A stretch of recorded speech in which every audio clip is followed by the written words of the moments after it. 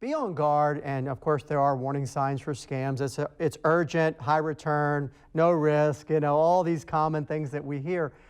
What can people do? Do they need to wall themselves off and not talk to anybody? Or do they need to have more communication with their families? Yeah, well, for example, not putting money under your mattress is not a good idea because you're just hurting yourself because with inflation. Right. So you have to learn how to avoid just these scams, and one of the ways of doing it is checking the people that you're working with. Okay. There's ways of checking their backgrounds, make sure it's a real product, and other ways where you can look for yourself, but usually you want to involve your family. Okay. Now, the bad news about that is families are the biggest source of financial exploitation.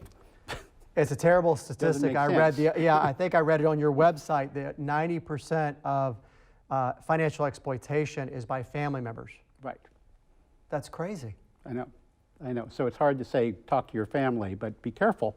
You make it well, and how about for somebody else? How about if there's a friend or somebody else that notices a change in behavior, or they're concerned about financial scam or exploitation for that family member?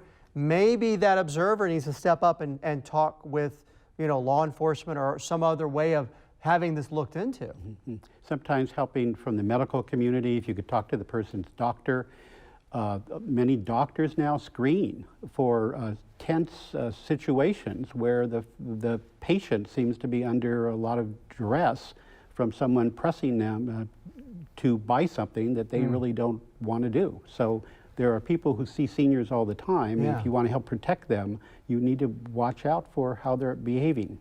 Well, there is definitely a change of behavior that is seen in seniors who have fallen prey to a scam or exploitation. They withdraw, or they become depressed, or there's changes. So if we see these things, what do? Do they get in touch with Adult Protective Services? You can go to your state securities regulator. That's a good place. Every state has a securities regulator. They can help you get connected with Adult Protective Services. In some cases, there are other state agencies that do financial exploitation, and right there, they're right on top of it, and they're trying to separate what's going on. Excellent. Well, this is something for everybody to be aware of, and if they see something, take the chance of speaking up, and, you know, don't say, well, I don't want to get involved. Let's speak up.